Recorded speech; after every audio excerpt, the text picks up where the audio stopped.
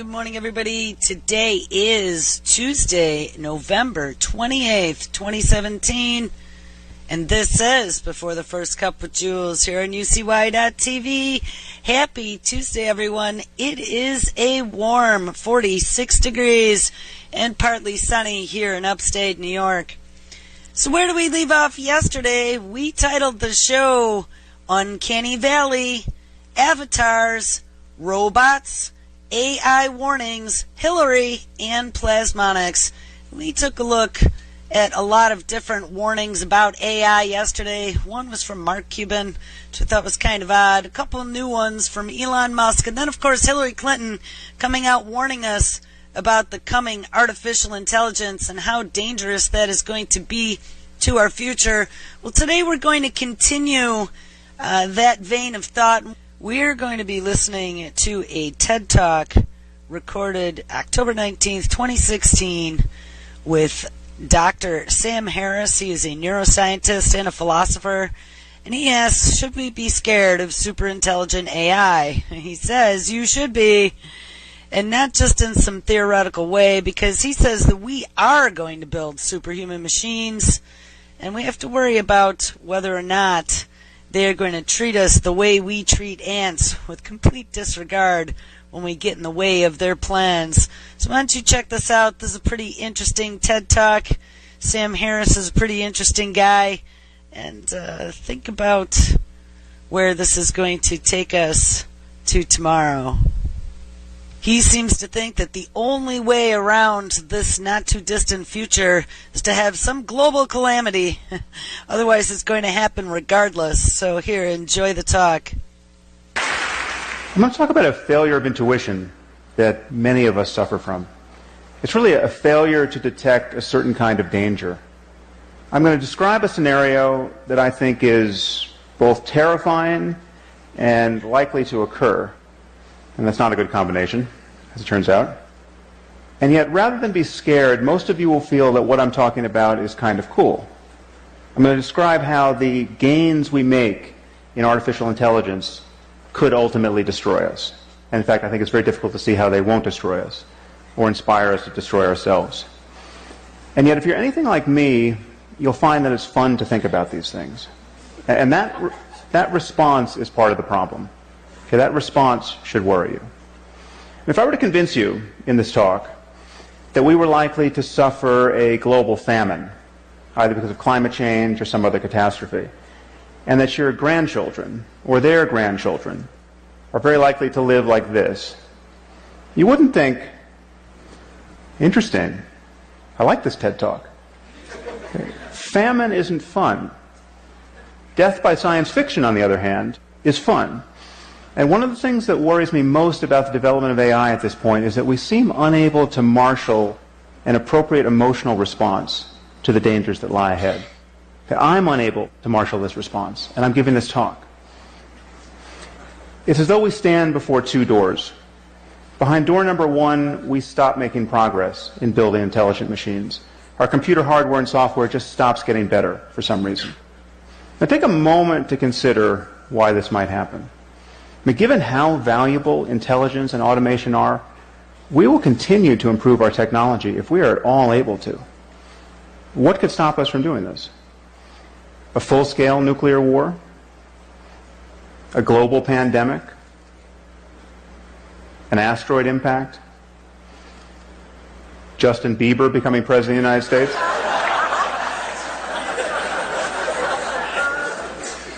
The point is, something would have to destroy civilization as we know it. Okay, you have to imagine how bad it would have to be to prevent us from making improvements in our technology permanently, generation after generation. Almost by definition, this is the worst thing that's ever happened in human history. So the only alternative, and this is what lies behind door number two, is that we continue to improve our intelligent machines year after year after year.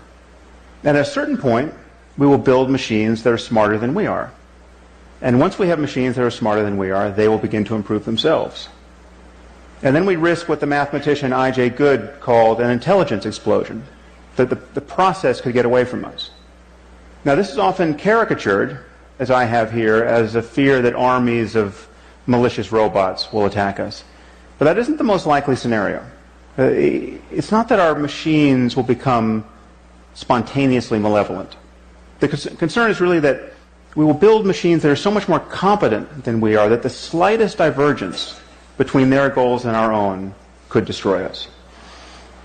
Just think about how we relate to ants. Okay, we don't hate them. We don't go out of our way to harm them. In fact, sometimes we take pains not to harm them. We step over them on the sidewalk.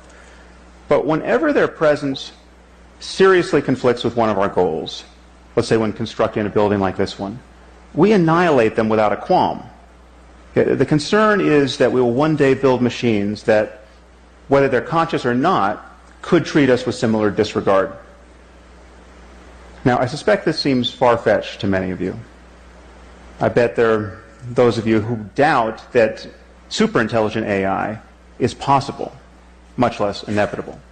Right, but then you must find something wrong with one of the following assumptions, and there are only 3 of them. Okay. Intelligence is a matter of information processing in physical systems. Okay, actually, this is a little bit more than an assumption. But we have already built narrow intelligence into our machines, and many of these machines perform at a level of superhuman intelligence already. And we know that mere matter can give rise to what is called general intelligence, an ability to think flexibly across multiple domains, because our brains have managed it, right? I mean, there's just atoms in here. As long as we continue to build systems of atoms that display more and more intelligent behavior, we will eventually, unless we are interrupted, we will eventually build general intelligence into our machines. It's crucial to realize that the rate of progress doesn't matter. Any progress is enough to get us into the end zone. We don't need Moore's law to continue. We don't need exponential progress. We just need to keep going. The second assumption is that we will keep going. We will continue to improve our intelligent machines. And given the value of intelligence, intelligence is either the source of everything we value, or we need it to safeguard everything we value. It is our most valuable resource. So we want to do this. I mean, we have problems that we desperately need to solve. We want to cure diseases like Alzheimer's and cancer. We want to understand economic systems. We want to improve our climate science. So we will do this if we can.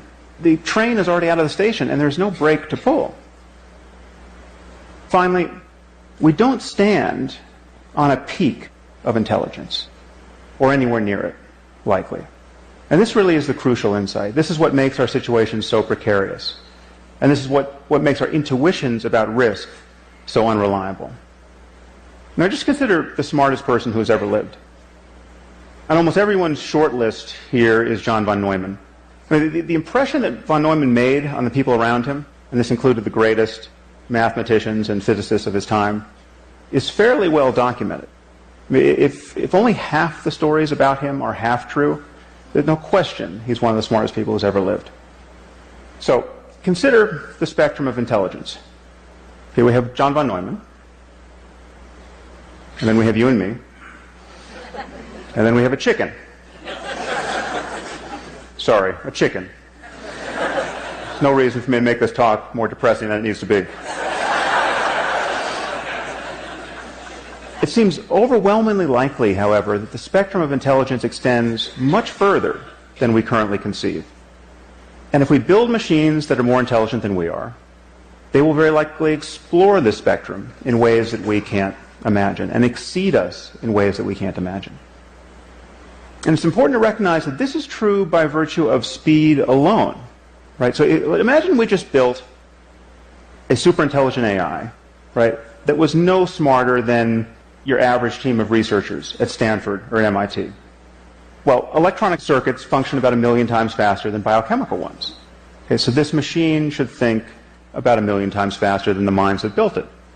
So you set it running for a week, and it will perform 20,000 years of human-level intellectual work, week after week after week.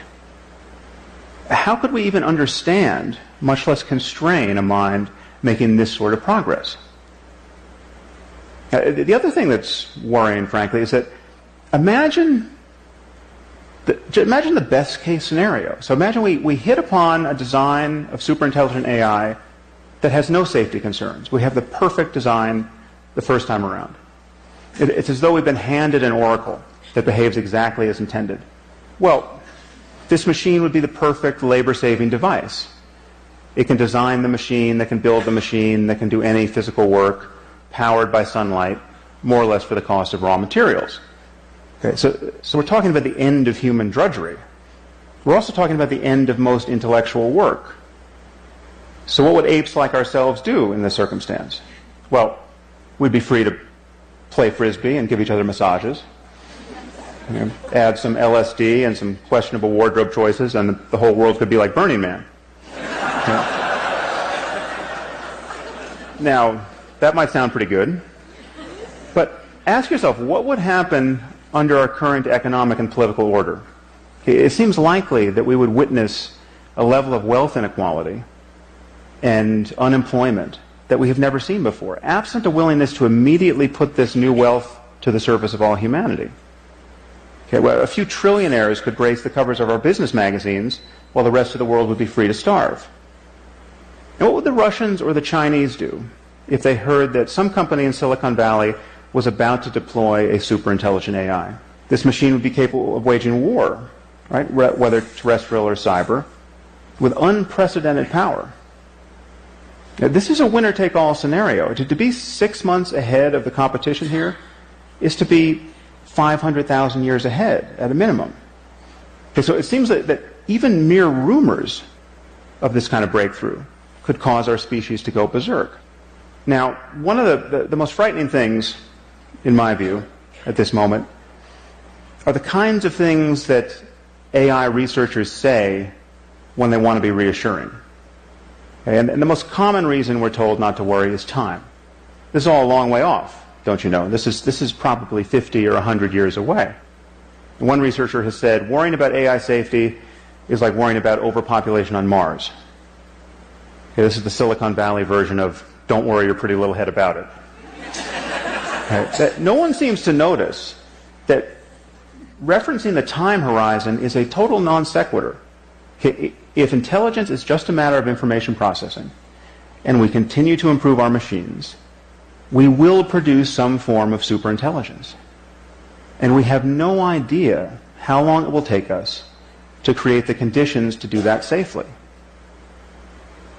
Let me say that again. We have no idea how long it will take us to create the conditions to do that safely. And if you haven't noticed, 50 years is not what it used to be. And this is 50 years in months. This is how long we've had the iPhone. This is how long The Simpsons has been on television. 50 years is not that much time to meet one of the greatest challenges our species will ever face. And once again, we seem to be failing to have an appropriate emotional response to what we have every reason to believe is coming. The computer scientist Stuart Russell has a nice analogy here. He said, imagine that we received a message from an alien civilization which read, "People of Earth, we will arrive on your planet in 50 years. Get ready." And now we're just counting down the months until the mothership lands. Okay. We would feel a little more urgency than we do. Another reason we're told not to worry is that these machines can't help but share our values because they will be literally extensions of ourselves. They'll be grafted onto our brains and will essentially become their limbic systems.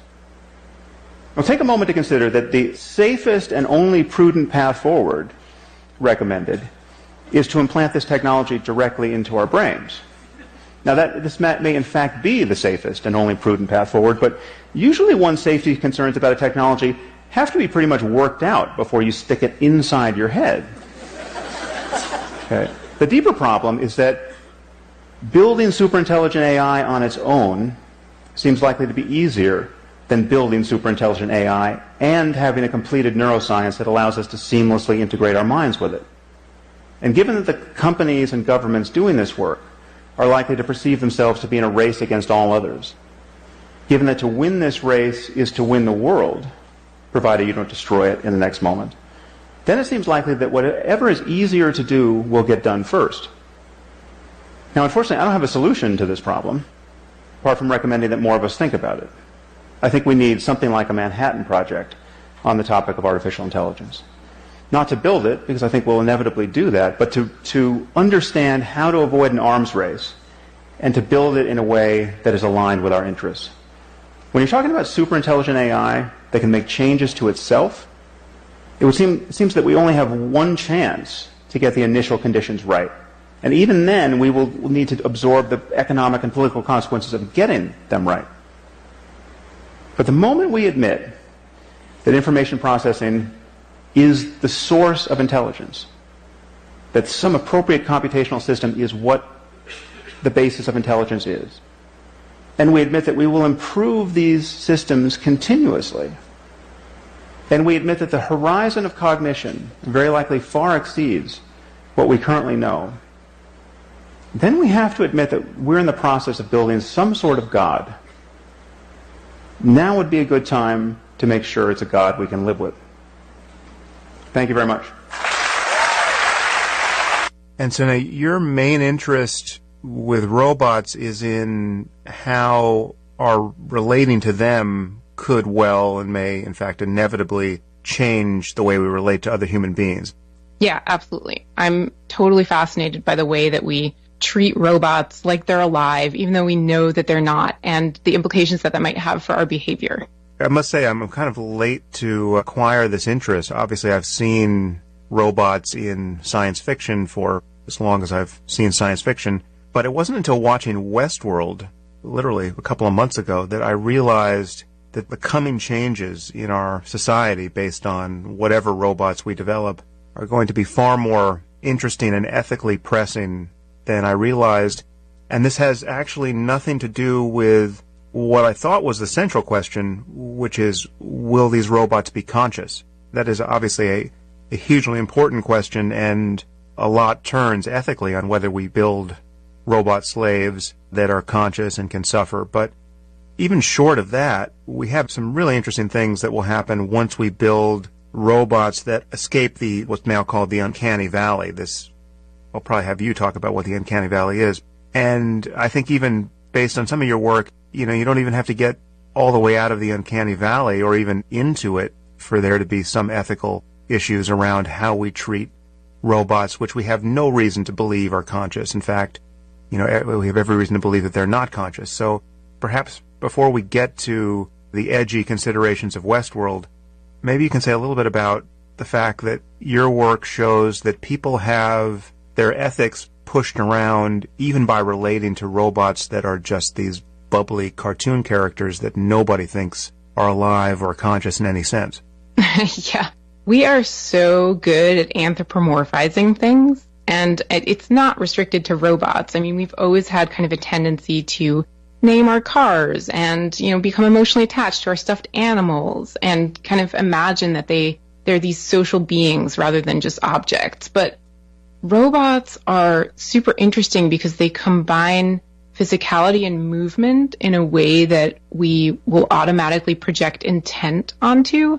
So I think that it's so interesting to see people treat even the simplest robots like they're alive and like they have agency, even if it's totally clear to them that it's just a machine that they're looking at. So, long before you get to any sort of complex humanoid Westworld type robot, people are naming their Roombas. People feel bad for the Roomba when it gets stuck somewhere just because it's kind of moving around on its own in a way that we project onto. And I think it goes further than just being primed by science fiction and pop culture to want to personify robots. Like, obviously, we've all seen a lot of sci-fi and Star Wars, and, we probably have this inclination to name robots and personify them because of that. But I think that there's also this biological piece to it that's even more, that's even deeper and really fascinating to me. So one of the things that we've noticed is that people will have empathy for robots, or at least some of our work indicates that people will empathize with robots and be really uncomfortable when they're asked to destroy a robot or do something, mean to it, which is fascinating. Does this pose any ethical concern? Because obviously it's kind of an artificial situation to hand people a robot that is cute and then tell them to mistreat it. But there are robots being used in, I think, isn't it like a baby seal robot that you're giving people with Alzheimer's or autism? Is contact with these surrogates for affection, does that pose any ethical concerns, or is that just if it works on any level, it's intrinsically good in your view?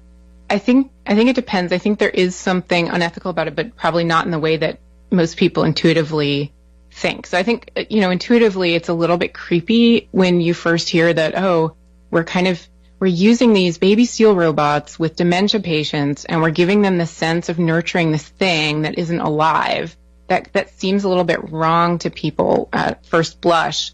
But I honestly, so if you look at what these robots are intended to replace, which is animal therapy, it's interesting to see that they can have a similar effect, and no one complains about animal therapy for, dementia patients. Right. It's something that we often can't use because of hygienic or safety or other reasons, but we can use robots because people will consistently treat them sort of like animals and not like devices. And I also think that, for the ethics there, it's important to look at some of the alternatives that we're using. So with the baby seal, if we can use that as an alternative to medication for calming distressed people, I'm really not so sure that that's really an unethical use of robots. I actually think it's kind of awesome. Yeah.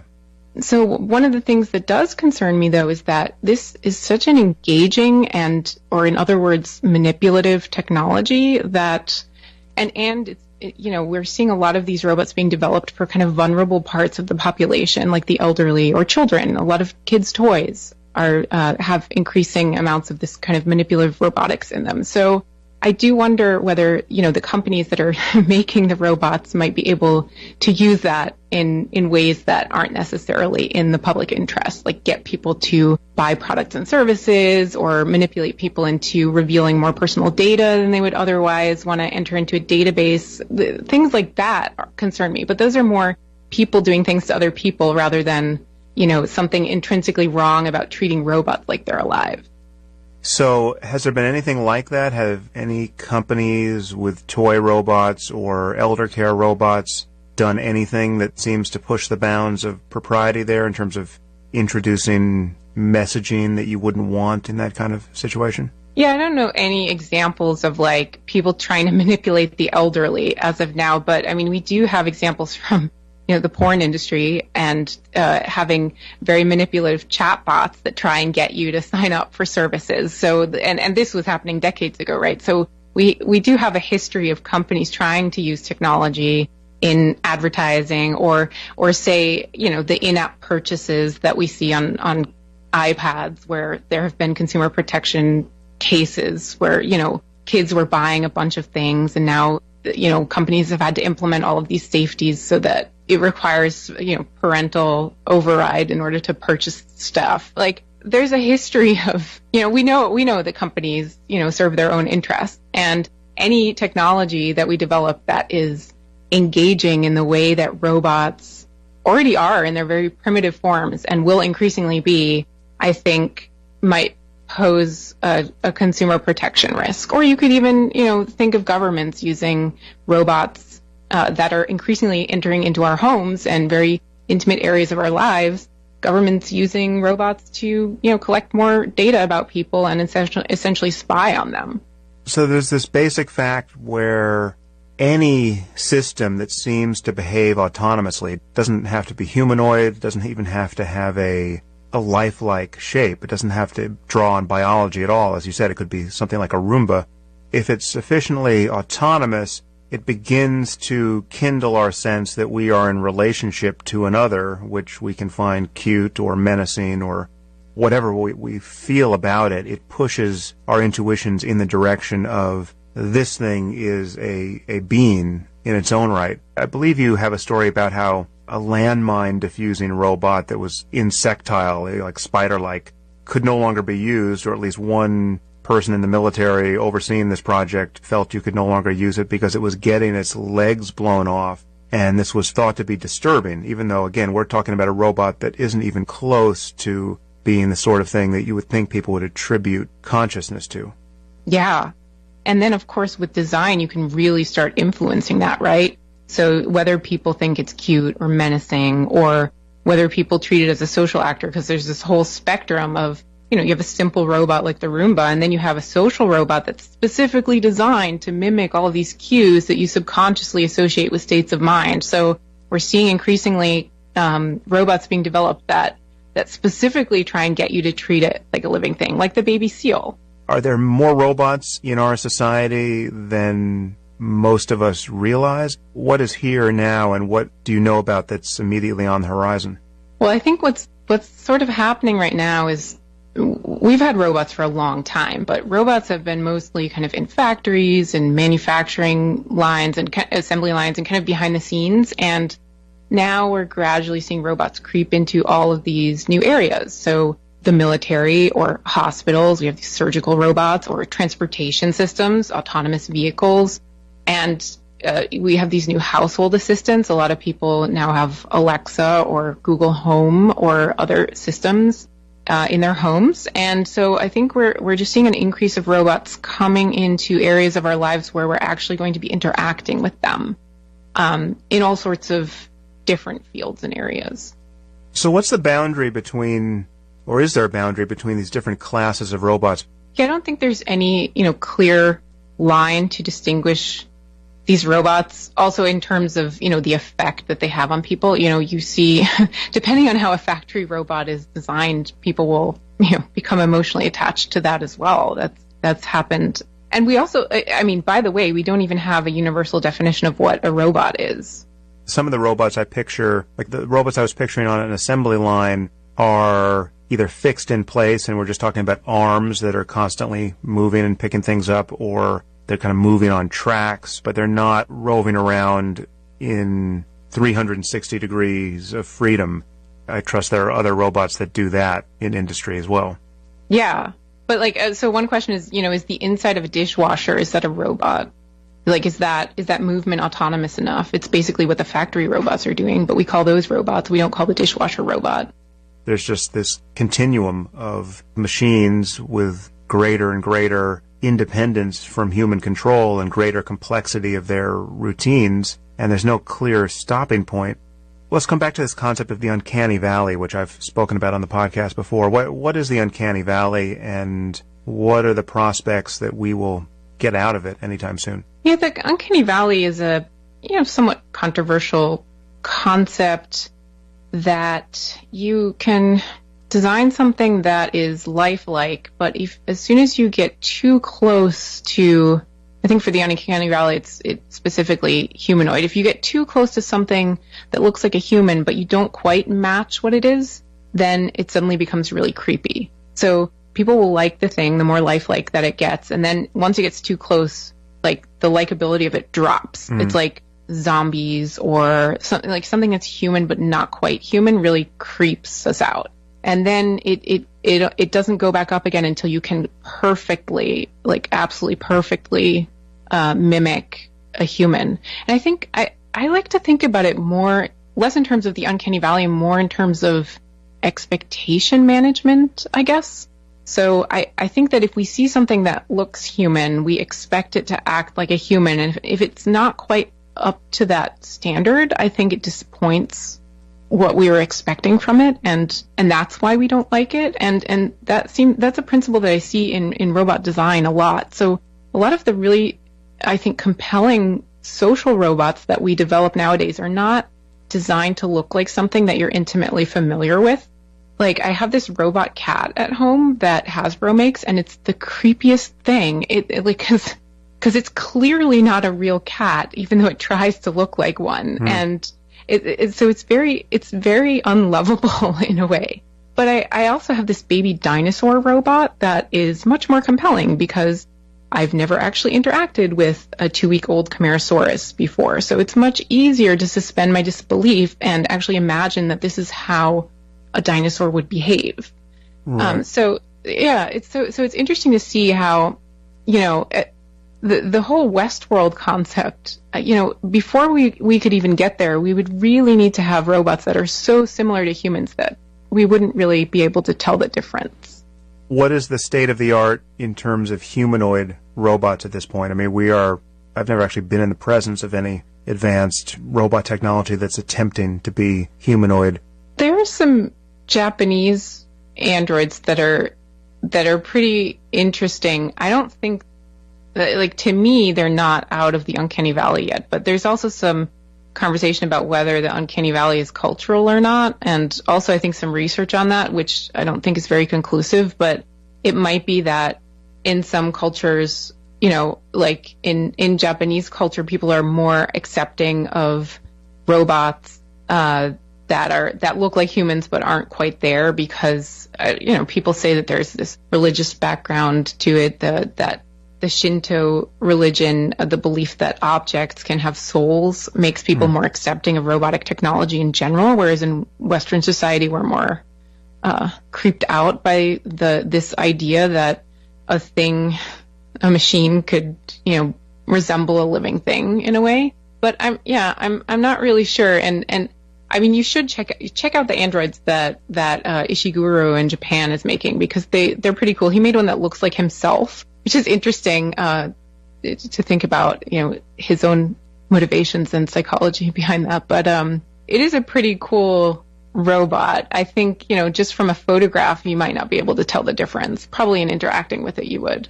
So do you think we will get to a Westworld level lifelikeness long before we get to the AI necessary to power those kinds of robots? Or, I mean, do you have any intuitions about how long it will take to climb out of the uncanny valley? That's a good question. I honestly, I'm not as interested in, you know, how do we completely replicate humans, because I see so many interesting design things happening now where that's not necessary. Like we can already with, and robotic technology is very primitive at this point. I mean, robots can barely operate a fork, but we can create characters that people will treat as though they're alive. And while it's not quite Westworld level, if we move away from this idea that we have to create humanoid robots and we create, you know, a blob or, you know, we have a century of animation expertise to draw on in creating these compelling characters that people can relate to and that move in a really expressive way. And I think that that's, you know, much more interesting. I think much sooner than Westworld, we can get to a place where we are creating robots that people will consistently treat like living things, even if we know that they're machines. I guess my fixation on Westworld is born of the intuition that something fundamentally different happens once we can no longer tell the difference between a robot and a person.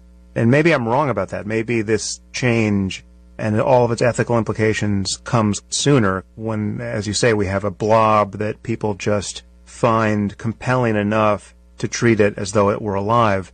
It just seems to me that Westworld is predicated on the expectation that people will want to use robots in ways that would truly be unethical if these robots were sentient. But because, on assumption or in fact, they will not be sentient, this becomes a domain of creative play analogous to what happens in video games. If you're using a first-person shooter video game, you are not being unethical shooting the bad guys. And the more realistic the game becomes, the more fun it is to play. And there's this sense that, I mean, while some people have worried about the implications of playing violent video games, all the data that I'm aware of suggests they're really not bad for us, and crime has only gone down in the meantime. And it seems to me that there's no reason to worry that as that becomes more and more realistic, even with virtual reality, it's going to derange us ethically. But watching Westworld made me feel that robots are different. Having something in physical space that is human-like to the point where it is indistinguishable from a human, even though you know it's not, it seems to me that will begin to compromise our ethics if we mistreat these artifacts. We'll not only feel differently about ourselves and about other people who mistreat them, we will be right to feel differently because we will actually be changing ourselves.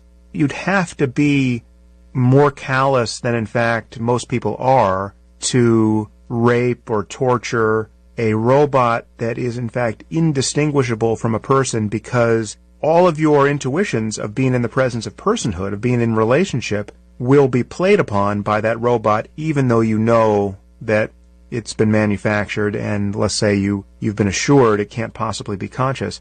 So the takeaway message from watching Westworld for me is that Westworld is essentially impossible. I mean, we would just be creating a theme park for psychopaths and rendering ourselves more and more sociopathic if we tried to normalize that behavior. And I think what you're suggesting is that long before we ever get to something like Westworld, we will have, and may even have now, robots that, if you were to mistreat them callously, you would in fact be callous, and you'd have to be callous in order to do that, and you're not going to feel good about doing it if you're a normal person, and people won't feel good watching you do it if they're normal. Is that what you're saying? Yeah, I mean, we already have some indication that people's empathy does correlate with how they're willing to treat a robot, which is super interesting. And I like, Westworld is just the perfect illustration of the problem. And I love that it's, I love that you watched Westworld, and even though you believe that, you know, if playing violent video games makes crime rates, you know, continue to go down, I don't know if you meant that in a causal way or not, but. Oh yeah, no, I don't. I just, presumably, if it was causing people to be more violent, we would not see crime rates go down in the meantime. Yeah, I think so. I agree that the violence in video games research is completely inconclusive, and there's no reason to believe that we can't mentally compartmentalize in that case. And but we do know that we respond very differently to physical things than something on a screen. We have this more visceral response to the physicality of robots, and there's some research to suggest that we do treat physical robots more like a social actor. So like, you increasingly get into this question of how much more muddled it gets in your subconscious to mistreat a robot versus, you know, a first-person shooter game. And this is the question that I'm probably most interested in, right? What we don't know is whether, take Westworld, whether if you go and play around in Westworld, whether that is just an indication of how callous you are, or whether it could actually desensitize you to that behavior towards real humans, or whether it's a really healthy outlet. If you have violent tendencies, you can go and you can beat the crap out of this really lifelike robot, and you know that you're not hurting a real person, and maybe that makes you a much better person in real life. You've gotten all of your aggressions out. And we just have no idea what direction this goes in. And the reason I think it's important to talk about long before we have any sort of Westworld, theme park, is because we already see, we see these children's toys that behave in a really lifelike way. I have this baby dinosaur at home that will cry if you mistreat it, and really mimic in a very convincing way that it's in pain. And you have to wonder, whether there's reasons to prevent your kids from beating up the robot, reasons that go beyond just, obviously you want to teach your kids to not destroy things that are expensive. And we don't know, and it gets particularly, so one of the things that I think we could see in the near future and have literally no idea what to do with is child-sized sex robots. What do we do with that? That's an arresting phrase that isn't often spoken on this podcast or any other. Child-sized sex robots. So this would be as a therapy for pedophiles, or just how do you envision this market even emerging? Well, I mean, we already have. There was, I think in 2013, Canadian authorities seized a child-sized sex doll at the border that a Canadian had ordered from Japan. And so, once we have robots on the market that people can buy, the question is, should those be legal or not? And if you look at, there's some analogy here to virtual child pornography, which is, pornography made completely virtually with no real children involved. And countries have come down on very different sides of whether this should be legal or not. In the United States, it's legal. The Supreme Court has said, First Amendment, there's no actual harm here, that has to be legal. Other countries have said, no fucking way. Like, we can't allow this. It's disgusting.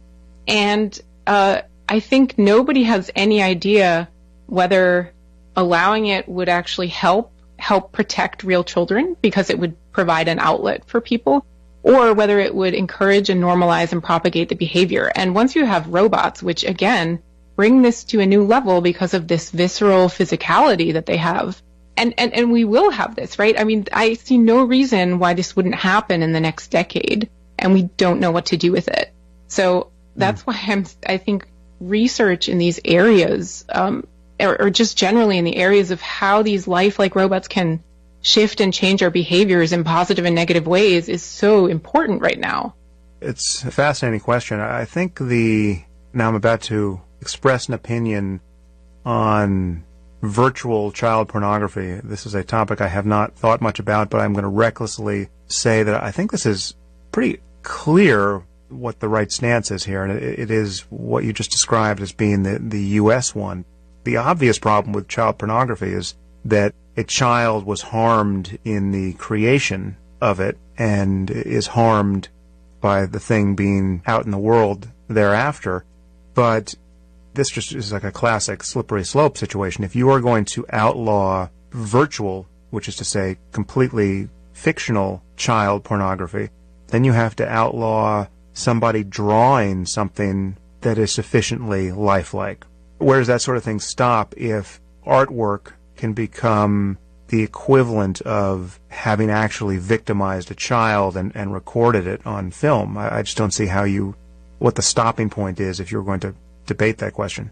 Yeah, I mean, I'm inclined to agree with you, but then when you bring robots into it, so coming back to Westworld, if the question is, does it make people more callous or make them kind of used to a certain behavior if they go in and, they rape these female robots?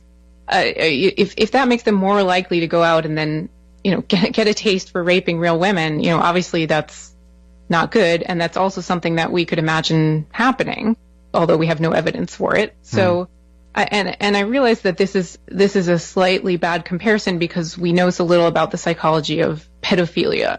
But is it possible that using a robot could whet people's appetites or get them used to it or get them wanting more? We don't know.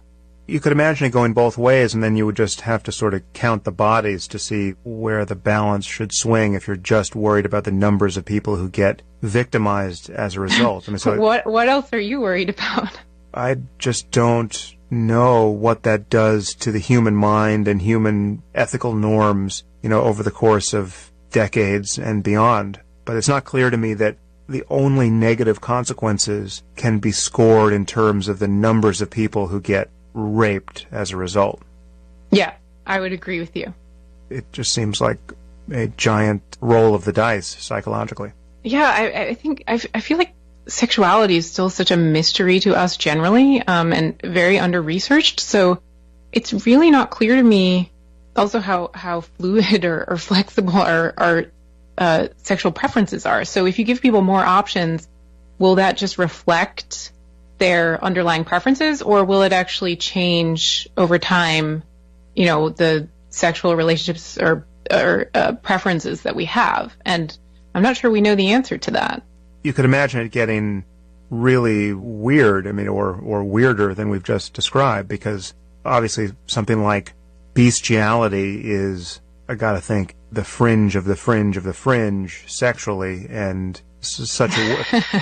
Have you been on the internet, Sam? I haven't been in that quadrant that would alert me to the fact that my neighbors are having sex with their pets, but people are going to be raping aliens or being raped by them. So, just yesterday, I was looking up laws on bestiality for a similar reason, which was I was curious whether, sex robots shaped like animals, whether that would be legal to sell or not. And it turns out that... You're now on some list, I'm convinced. Oh, I'm sure I was already. I already have some FBI file, I'm sure. But yeah, it is interesting Googling for that type of stuff. But it turns out that bestiality is legal in a lot of countries, but distributing pornography of it is not, which surprised me. I had no idea. Yeah, I would say that's a stark sign of confusion, but... Yes. Yeah, but I mean, we already do have some weird sex toys out there. Like there are Twilight dildos that you can put in the freezer so that you can pretend to be having sex with a vampire.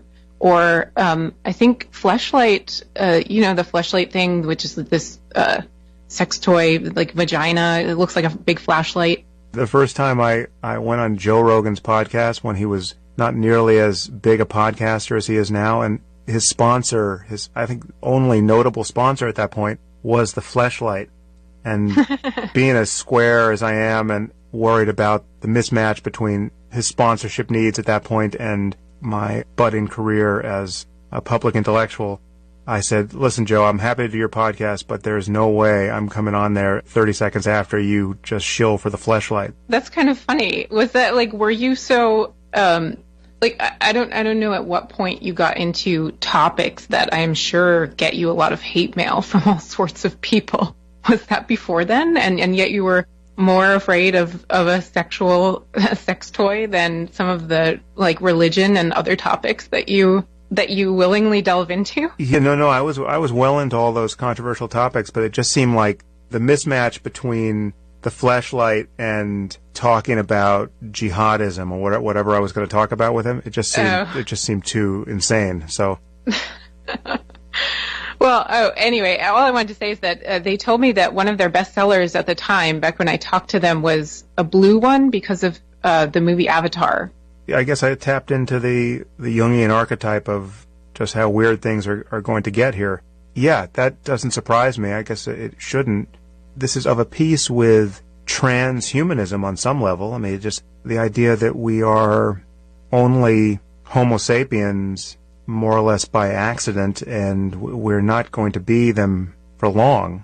We are building a different future for ourselves, both by interacting with technology to the degree that we do, and ultimately, when genetic engineering becomes commonplace, we will be free to not merely tattoo ourselves, but actually refine our biology all the way down to the studs. And, I guess that's not, on some level, playing with the boundary of humanness and what is, what humans feel like interacting with, sexually and otherwise.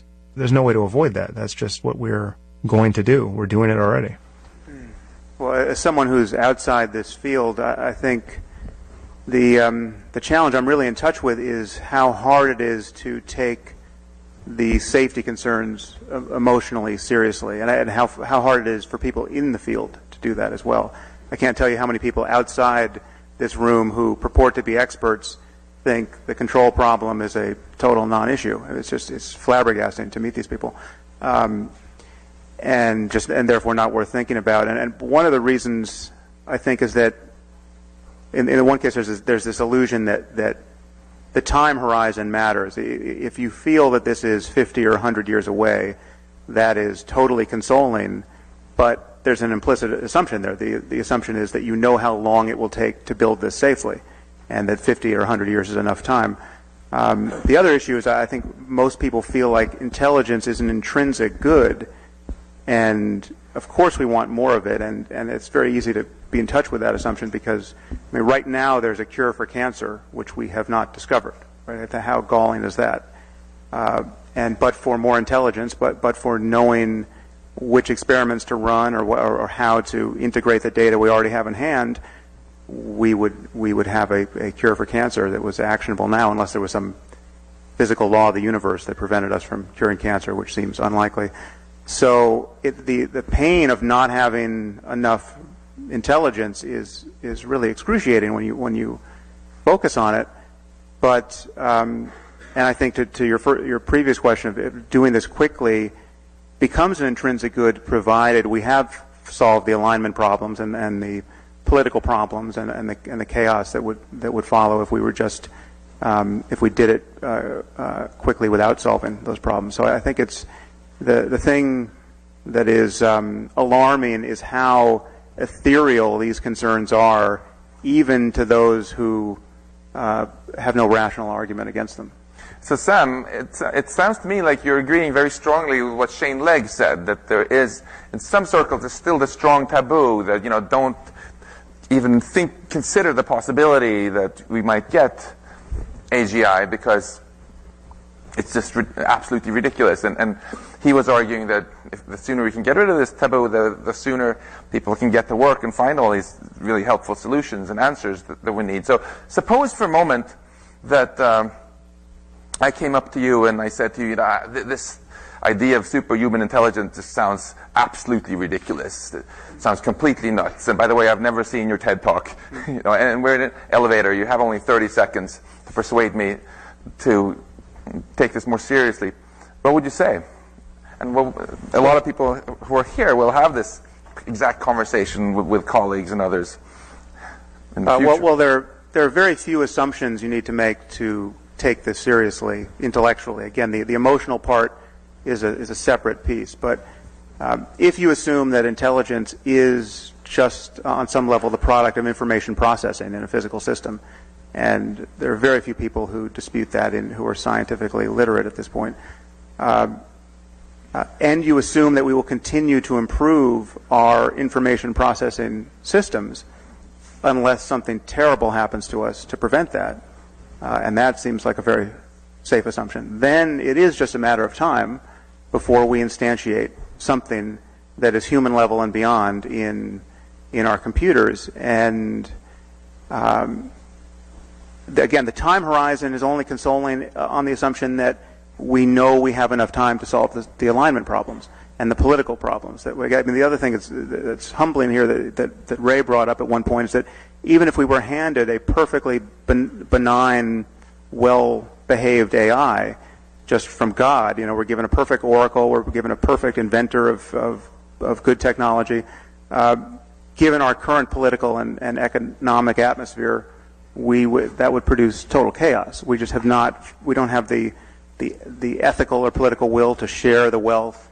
We don't have the political integration to deal with this thing being given to Silicon Valley and not being given at the same moment to China or Iran. So there's just it's alarming that the best case scenario currently, basically just ripping out 80% of Nick's book because we've solved all those problems, is still a terrifying one. And so clearly that's a near-term thing that we have to solve.